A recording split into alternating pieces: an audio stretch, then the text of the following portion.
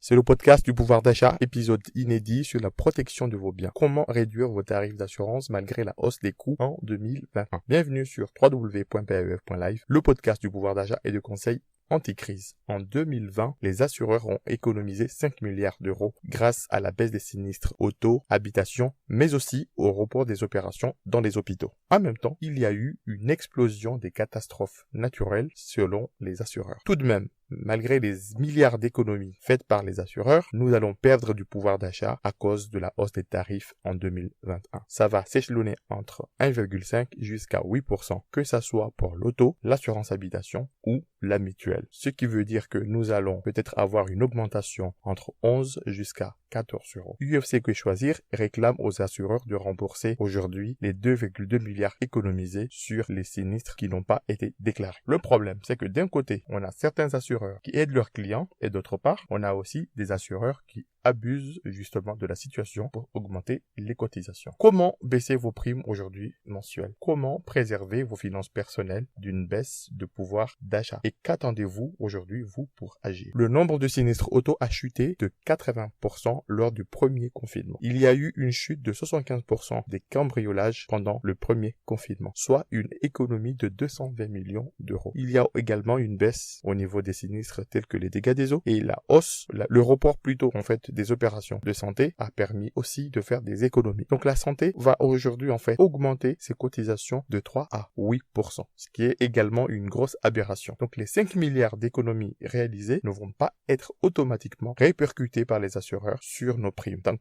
parce qu'il y a aujourd'hui de nouvelles cotisations prélevées justement par l'État et cela, l'État se garde bien de nous en parler. Donc malgré la pression des associations de consommateurs et des consommateurs aussi, comme UFC Que Choisir, vous devez juste saisir à titre individuel votre assureur pour préserver votre pouvoir d'achat. Car en plus de la hausse des cotisations dues à l'explosion soi-disant des sinistres, il y a aussi l'inflation qu'il faut compter là-dessus. Donc on va se retrouver tous avec une hausse qui peut aller de 1,80% jusqu'à 8% selon les assureurs. Voici la solution qui vous permettrait à tous de voir vos cotisations d'assurance baisser. La première, c'est tout simplement, vous avez le choix entre payer vos cotisations en une seule fois, ce qui vous fait gagner 10% sur votre facture annuelle. Attention, cette solution n'est pas adaptée à votre cas, risque d'aggraver votre trésorerie si vous n'avez pas les moyens. Donc vous pouvez réaliser par exemple sur l'assurance auto jusqu'à 70 euros. Deuxième solution, vous devez absolument faire un bilan assurantiel annuel. Donc c'est l'occasion d'actualiser non seulement les risques que vous encourez, d'actualiser également la valeur des objets que vous assurez. Donc je propose de vous accompagner pour réaliser ce bilan assurantiel. Troisième solution envisagée, c'est de revoir les options et les doublons. Vous pouvez, grâce à ce bilan, savoir que vous avez peut-être des garanties qui se répètent dans d'autres assurances et les supprimer. Quatrième option, par exemple pour l'assurance auto, si vous avez par exemple un garage fermé ou une box, vous pouvez le déclarer. Cela permettrait d'économiser jusqu'à 5%. Cinquième solution à envisager, il est prévu de renégocier vos contrats, surtout si vous avez des anciens contrats, renégociez-les ou tout simplement vous avez aussi le choix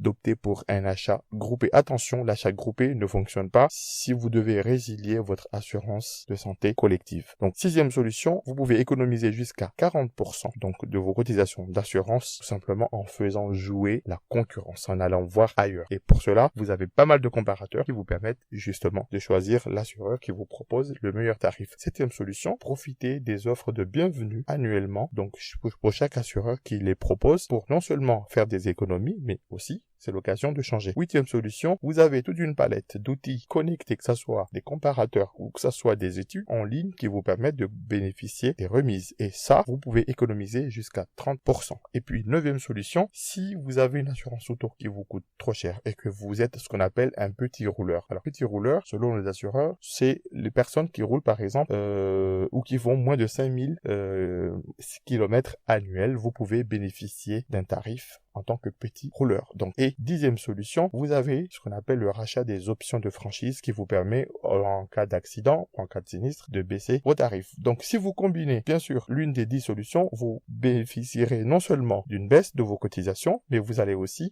augmenter votre pouvoir d'achat. Donc, toute chose égale par ailleurs, attention, viser la baisse des cotisations ne doit pas être au détriment des garanties et de la préservation de votre patrimoine. Donc, je vous invite, pour ceux qui ont écouté cet épisode, donc de faire des économies sur vos assurances, santé, auto et habitation, mais surtout, vous devez peser le pour et le contre. Donc, envoyez-moi votre numéro pour que je puisse vous appeler et répondre à vos questions. Et c'est le seul moyen, justement, de préserver non seulement vos finances familiales, mais aussi optimiser votre budget. Je vous dis à très bientôt pour préserver votre pouvoir d'achat.